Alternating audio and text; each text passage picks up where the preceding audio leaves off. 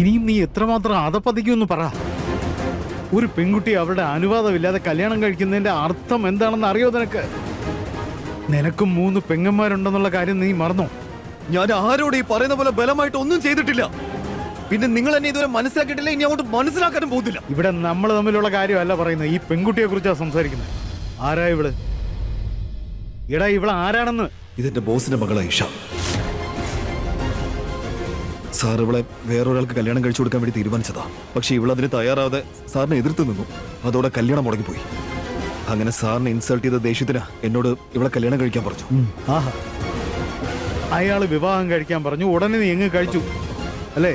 മുതലാളി പറഞ്ഞാൽ എനിക്ക് ഒന്നും ചെയ്യാതിരിക്കാൻ പറ്റില്ല. അതുപോലെ വല്യമ്മയുടെ കാലിന്റെ ഓപ്പറേഷൻ എനിക്ക് പൈസ വളരെ അത്യാവശ്യമായിരുന്നു. അതുപോലെ ആ പൈസ മുതലാളി കല്യാണം കഴിഞ്ഞ ഉടനെ തന്നെ എനിക്ക് തരുകയും ചെയ്തു. അപ്പൊ പൈസ കിട്ടിയാൽ നീ ഏത് പെൺകുട്ടിയുടെ ജീവിതത്തിലും കയറി കളിക്കും അല്ലേ? ഈ വീട് പണയം വെക്കുന്ന കാര്യം ഞാൻ നേരത്തെ തന്നെ പറഞ്ഞതാ. എനിക്ക് നിന്റെ അച്ഛൻ സമ്പാദിച്ചു കൊണ്ടുവന്ന പണമൊന്നും ആവശ്യമില്ലായിരുന്നു.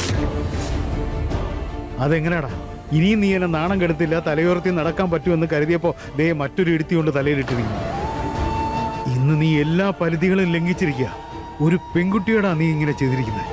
നിന്നെ തന്നെ നീ ഒന്ന് നോക്ക്. ദുഷ്ടരായ മനുഷ്യരെ അടിമത്തം നിന്നെ എത്രമാത്രം ദുഷ്ടനാക്കി മാറ്റിയെന്ന്.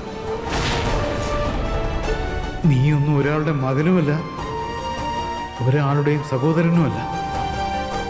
എല്ലാ അർത്ഥത്തിലും നീ ഒരു ഗുണ്ടയാണ്, വെറും ഗുണ്ട.